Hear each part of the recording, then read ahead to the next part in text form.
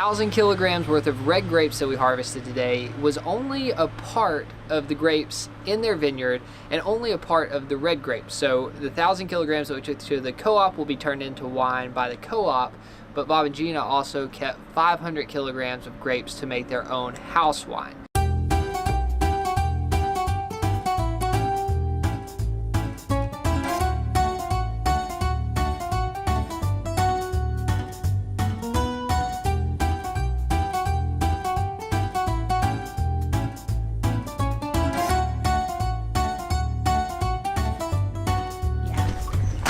So it's a few days later, the must that has been fermenting inside of the shed is ready to be pressed. And the must is basically grape juice, the skins, the seeds, and then they've added yeast to it for fermentation.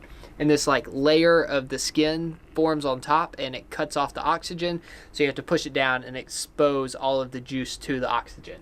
So we've gotten out the barrel press, some tarps, a bunch of other equipment that I'm not really sure exactly what it is, and today we are separating the wine from the grape skins and the seeds. It's going to go into the barrel press, into a smaller bucket, into the bigger bucket, and then ultimately it's going to be pumped downstairs. And then into my liver. So pressing the wine today was not part of the plan at all, but Bob and I came out here and we checked the sugar. Actually, Bob came out here, I came and watched, and we checked the sugar with some scientific equipment, and there was no more sugar left in the must. So that means that the yeast had done its job, and if you would have left it in here much longer, then it would have started to turn to vinegar, so it had to press today.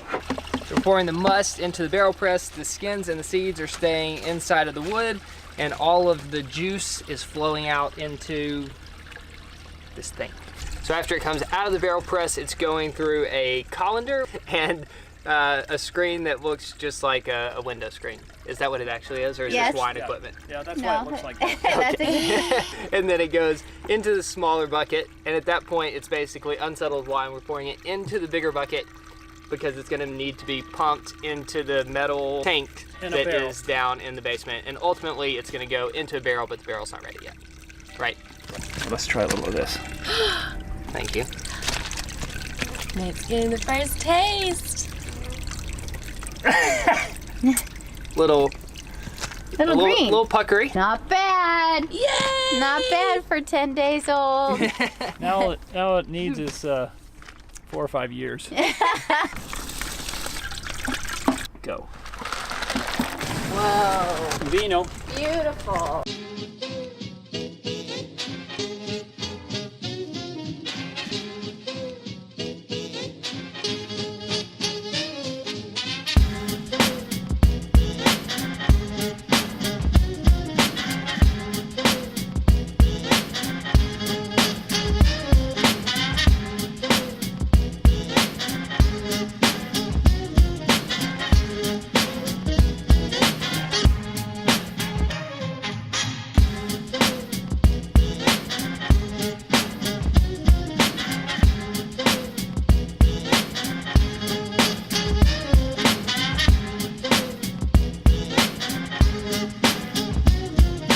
So the first 2 years we didn't have this barrel press, and what that meant is we took colanders, like pasta strainers, took a pile of the must like this, and just used our hands to squeeze out the juice or the wine.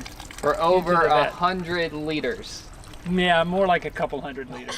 It was a long process. I mean, you know, what else we have to do? Thankfully we had some friends here. Yeah, we had help. We're high tech today, though. Yeah. Could it be a more beautiful day for this? I know, it's great, right? You always have a good view when you're working here.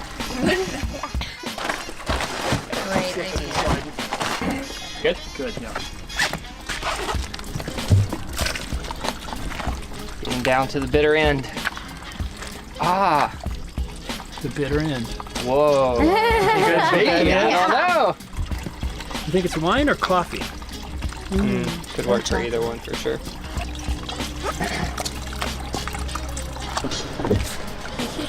There it goes. That's it. Nice. Nice. Okay, let me get in here. That's almost perfect. Scrape it out.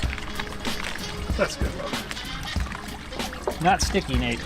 Not now. not until it dries on my hand. Well, not like, I guess there's not no like sugar left sticky in sugar. it. We push as hard as we can, and now it's time to use the real press part of the press. I'm gonna put these paddles down. That's a thing with those, right? A little persuasion. That's it. Bit of a mess there. You remember how we did this, love, with the blocks? He's a big boy. Go ahead.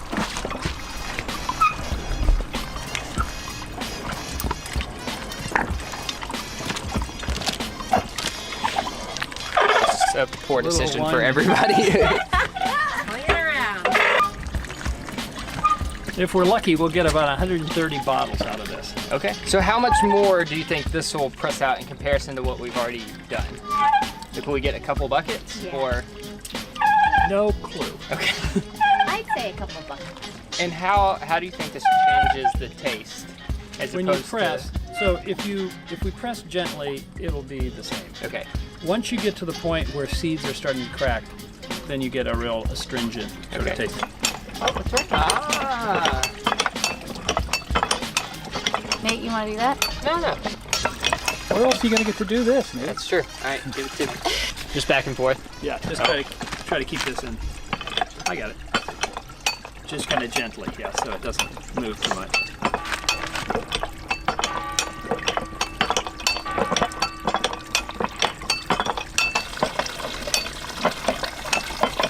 This is the last bucket before it gets pumped downstairs to the tank. It looks like we got a little over 100 liters of wine. That didn't take long at all. No. It took like less than an hour to press 100 liters. It would have taken a lot longer using this in our hands. I still can't believe y'all did that. 5 grams per 100 liters. Uh-huh. That's about 100 liters. So we're adding something to the wine to make sure the fermentation process stops here. That's correct, and to keep, it's sort of a go-away sign for the bad bugs. Okay. Okay, so I'd say that's scant. So we don't want it to turn to vinegar. Right. Now, all we need to do is stir in the potassium metabisulfite with a sterile instrument. That's Nate's hand. How about that? Beautiful. Now we're gonna pump. Switching where the hose is going in the middle of the whole thing. Yeah. I mean, what's the worst that could happen? Yeah, exactly.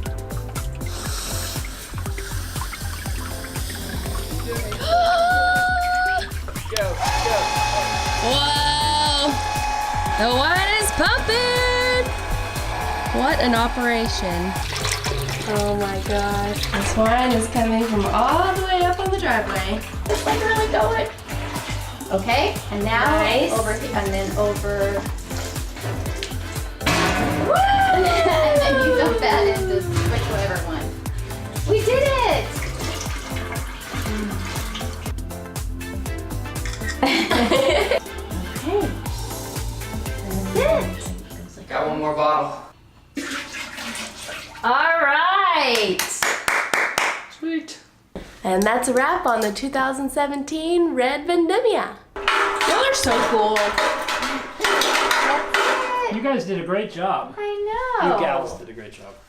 Y'all did a You great people. job.